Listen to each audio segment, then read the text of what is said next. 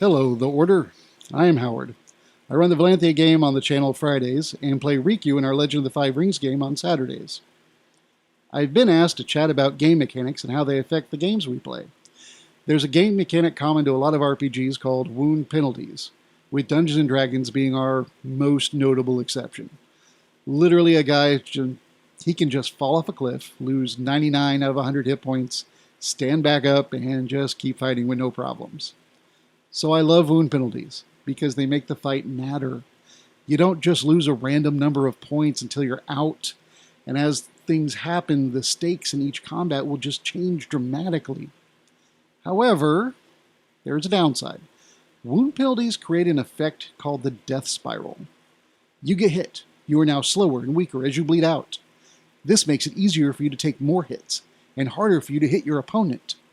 So you take another hit. You're even weaker now. Lather, rinse, repeat until you're dead.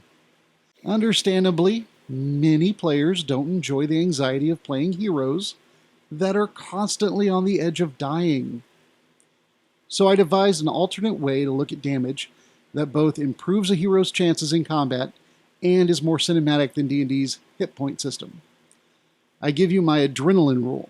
During combat, wound penalties are reversed to wound bonuses. You just took a hit.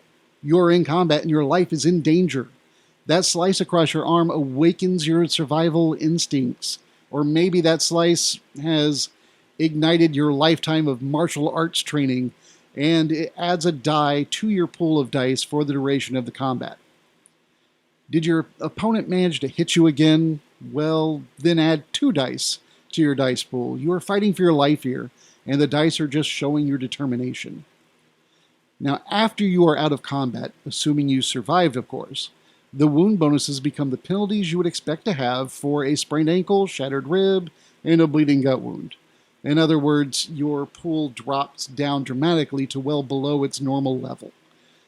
And I altered the standard death spiral of wound penalties into a new concept, into what I call the Roman candle. So you get into combat and you start to burn brighter and brighter until you go out or combat ends. I have already implemented it into my Valanthia games. So far, the players seem pretty into it.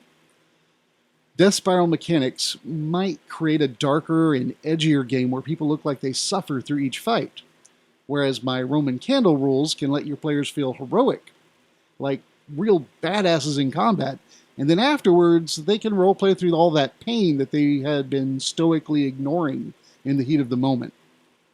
The whole point of this was to show you how game mechanics can shape the style of the game that you want to play. Back to you, unicorns.